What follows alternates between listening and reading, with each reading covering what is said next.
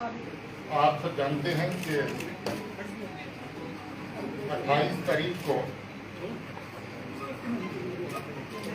उधमपुर में दो अलग अलग जगह पे बस में ब्लास्ट हुए थे। एक 28 की रात को लगभग 10:30 बजे और दूसरा 29 की अर्ली मॉर्निंग कोई 5:30 बजे के करीब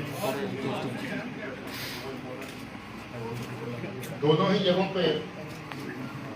बस स्टैंड पे और जो रात को पार्किंग होती बसेस की वहां पर बसें उसकी तक लगाई गई थी। ब्लास्ट के टाइम पे बस में सवारियां नहीं थी, मगर बगल में तो लोग एक दो जो बस में होते हैं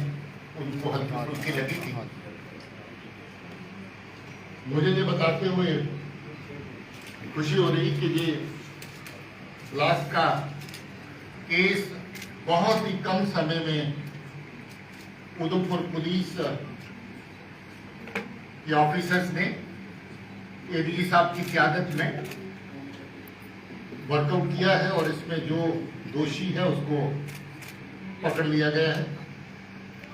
पूछताछ के दौरान उसने अपनी इन्वॉल्वमेंट तस्लीम की है, मानी है और ये चीज़ें भी पता चली हैं कि ये ब्लास्ट जो किया गया उसमें जो आईडीज इस्तेमाल हुई वो कहाँ से आई, कैसे आई, किसके कहने से आई। मैं थोड़ी सी तफसील जो स्पेसिफिक इस केस में है चाहूँगा कि एडिशनल डीजी जम्मू आपके साथ शेयर करें और उसके बाद अगर आपके कुछ सवाल होंगे तो उस सवाल का जवाब देंगे।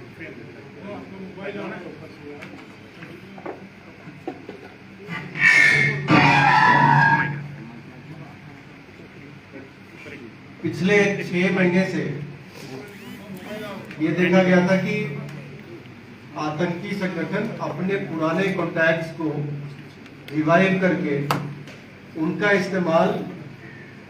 आतंकी गतिविधियों के लिए कर रहे थे। इसी सिलसिले में जैसा कि आप जानते हैं कि कुछ मॉड्यूल्स को पकड़ा गया था जिसमें पिछले उधमपुर ब्लास्ट के एक्यूज भी शामिल थे। इसी कड़ी में मोहम्मद अमीन भट्ट इलियास खुबैर जो डोडा का रहने वाला है, इसने उधमपुर में पिछले ब्लास्ट में भी इसका हाथ था और अभी के ब्लास्ट में भी इसी आतंकी ने जो कि पाकिस्तान में जाके सेटल हुआ है वहां से इसने अपने कॉन्टैक्ट्स को रिवाइव किया, जिसमें असलम शेख नाम का आतंकी जो बसंतगढ़ उधमपुर का रहने वाला है उसको इसने सोशल मीडिया ऐप्स के जरिए कॉन्टैक्ट किया और उसके बाद इसको 21 तारीख सितंबर को इसने कहा कि तुम्हें कोई सामान जो है मैं ड्रॉप करवाऊंगा ड्रोन के जरिए, उसको पिकअप करना है। 24 तारीख को 23 और 24 की दरमियानी रात को असलम शेख ब्यालाचक के एरिया में आके खुबैर के कहने पे उसके बताए गए लोकेशन पे जाके आईडीज की कंसाइनमेंट पिक करता है, जिसमें 3 स्टिकी बॉम्ब्स और 4 दूसरे किस्म के नए किस्म के आईडीज उन्होंने भेजे थे। ये वो रिसीव करता है और अपने घर ले जाता है। 27 तारीख को इसको खुबैर का आदेश आता है कि आपने एक हाई प्रोफाइल मिनिस्टर की विजिट है, उसके पहले आपने किसी सूटेबल लोकेशन पे आईडीज फिक्स कर देना है। तो असलम शेख अपने घर से निकलता है, बसंतगढ़ से रामनगर की तरफ आता है और उसी बस में रामनगर में उतरने के बाद वहां के नजदीक के बाथरूम में जाके 2 आईडीज को एक्टिवेट करता है। एक आईडी जिस बस में वो आया था, रामनगर में उतरा था, उस बस में लगाता है पीछे की तरफ, और दूसरा रामनगर के से जो उधमपुर गाड़ी आ रही थी उसमें लगाता है। 2 आईडीज ये लगाता है। इस पे तफसील से इंस्ट्रक्शंस पास किए गए थे खुबैर के द्वारा, जिसमें उसको बताया गया था आईडी को असेंबल कैसे करना है, एक्टिवेट कैसे करना है। 6 किस्म के टाइमर्स उसको बताए गए थे कि 3.5 मिनट से लेके 14 घंटे की टाइमर उसको जो स्विच अवेलेबल था उस पर 4-5 किस्म के वो ऑन ऑफ स्विच थे, उसकी परम्यूटेशन एंड कॉम्बिनेशन के जरिए ये अलग अलग किस्म की टाइमर्स को एक्टिवेट कर सकता था। तो इसने दोनों गाड़ियों में, एक गाड़ी में 7 घंटे की टाइमर और एक गाड़ी में 14 घंटे की टाइमर लगाई और उसको वहां रखने के बाद ये वापस बसंतगढ़ चला गया। उधमपुर पुलिस ने अपनी पूरी टीम के साथ मेहनत करके 4-5 संदिग्ध लोगों को पहले पूछताछ के लिए बुलाया था, जिनमें एक ये भी शामिल था, और इसकी पूछताछ पे इसने अपने सारे जो कारनामे किए उसका खुलासा किया। इसकी शिनाख्त पे 5 जो बची हुई आईडीज थी वो बरामद कर ली गई है, जिसमें 3 स्टिकी बॉम्ब है, 2 और उसी किस्म के आईडीज थे जो कि वहां पे उधमपुर में लगाए गए थे। इन सबको यहाँ डिस्प्ले पे रखा गया है और आप इनको देख सकते हैं। साथ ही साथ इसी मॉड्यूल से एक और जैश का मॉड्यूल जुड़ा हुआ था जो कठुआ बेस्ड था, जिसमें जाकिर हुसैन नाम का शख्स, उसको गिरफ्तार किया है, मल्हार का रहने वाला है, और उसको फरीद नाम के आतंकी, जो पाकिस्तानी आतंकी था, 10-12 साल जेल काट के वापस पाकिस्तान गया था, वहां से इसने इसको एक्टिवेट किया था। उसकी गिरफ्तारी के बाद भी उसकी शिनाख्त पे एक स्टिकी बॉम्ब बरामद किया गया है। तो 2 जो मॉड्यूल्स थे, एक जैश का और एक लश्कर का, ये इस ऑपरेशन के जरिए इनको काबू कर लिया गया है और अब इस पे जैसे जैसे तफ्तीश चलेगी आगे की कार्रवाई की जाएगी। ये बेहद शर्मनाक बात है कि जो पाक नवाज फोर्सेस हैं, एजेंसीज हैं, वो जम्मू के अमन के माहौल को खराब करने के लिए, और खासतौर पे जब जब यहाँ पर कोई हाई लेवल विजिट हुआ तो इस तरह की नापाक हरकतें और साजिशें की। आपको याद होगा कि ऑनरेबल प्राइम मिनिस्टर का विजिट जब हुआ था तब जैश के 2 फदाइन जहां पर जम्मू शहर में आके ठिकाना बनाए बैठे थे ताकि उस विजिट के साथ साथ कोई बड़ी कार्रवाई करें। मगर उस वक्त भी ये अच्छा हुआ कि पुलिस की सतर्कता के रहते टाइम से पता चला और उन दोनों आतंकियों को न्यूट्रलाइज किया गया और जैश का बहुत बड़ा मॉड्यूल जो था उसको ध्वस्त किया गया। इस बार भी ये लश्कर का मॉड्यूल है, बेसिकली असलम शेख लश्कर के साथ वाबस्ता है। 2005 में ये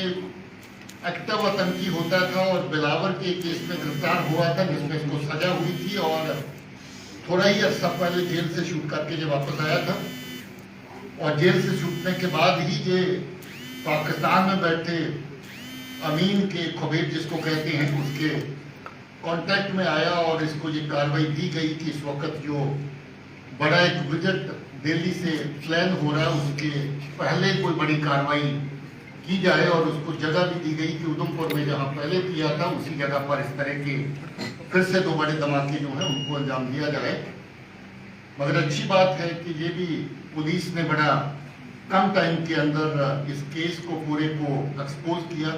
इस बंदे को आइडेंटिफाई किया, इसको पकड़ा, पूछताछ की, जिसके दौरान इसने सारा कुछ मान लिया है। पॉसिबल था कि अभी भी इसके पास आईडी और अवेलेबल थी, अभी 5 आईडी और इसके पास अवेलेबल थी, और अगर ये पुलिस की गिरफ्त में नहीं आता तो हो सकता था कि और भी इस तरह की तंगी कार्रवाइयाँ ये 2-3 दिन के अंदर जो हो जाती। और इसके साथ ही दूसरा केस जिसका जिक्र एडिशन डी साहब ने किया, जो बी बिलावर का रहने वाला लड़का है और वो जैश के साथ कॉन्टेक्टेड है, उसको भी उसी एरिया में, बॉर्डर के एरिया में आईडी जो है वो फराहम की गई ताकि वो भी को फर्दर उसको आतंकी कार्रवाई के लिए इस्तेमाल करे। मगर अच्छा हुआ कि उस केस में भी वो आईडी पहले ही बरामद हो चुकी है और वो लड़का पकड़ा जा चुका है। इस तरह की साजिशें जो नॉन स्टेट एक्टर्स जिनको कह करके लश्कर या जैश के मॉड्यूल्स के थ्रू जम्मू के आसपास के एरिया में, जम्मू, उधमपुर, कटरा, राजौरी, पुंछ, जो पिछले जितने भी इंसिडेंट हुए, आप सबको पता है कि लगभग तमाम इंसिडेंट्स को पूरी तरह वर्कआउट कर लिया गया है। पहले भी जो तालिब हुसैन का जो मॉड्यूल था, एक वो बड़ा मतलब समझ लीजिए कि पूरी लेंथ एंड ब्रेड्थ जो आपकी जम्मू पुलिस की बनती है, रामबन तक, राजौरी, पुंछ की, उधमपुर की, सब जगह पे उसकी इन्वॉल्वमेंट थी। उसके बाद भी एक बड़ा मॉड्यूल जो जम्मू में बैठ करके जम्मू से ही चल रहा था, वो मॉड्यूल भी बस्ट किया गया। और अब ये तीसरा मॉड्यूल जो बड़े लेवल का, और चौथा वो जो फलाइन अटैक के लिए लोग आए थे। इस तरह की नकलो हरकत बार बार जहाँ पर होती है, ड्रोन का इस्तेमाल होता है और ड्रोन के जरिए से आईडी, रेडीमेड आईडी और वेपन जहाँ पर भेजे जाते हैं ताकि आतंकी कार्रवाइयाँ जम्मू के खित्ते में उनको एक्टिवेट किया जा सके। और इसके साथ ही कुछ सामान जहाँ से कश्मीर की घाटी में भी पहुँचाया जाता ताकि वहाँ के आतंकी जो वहाँ पर जो दहशतगर्द एक्टर है उनको सामान पहुँच सके। सो ये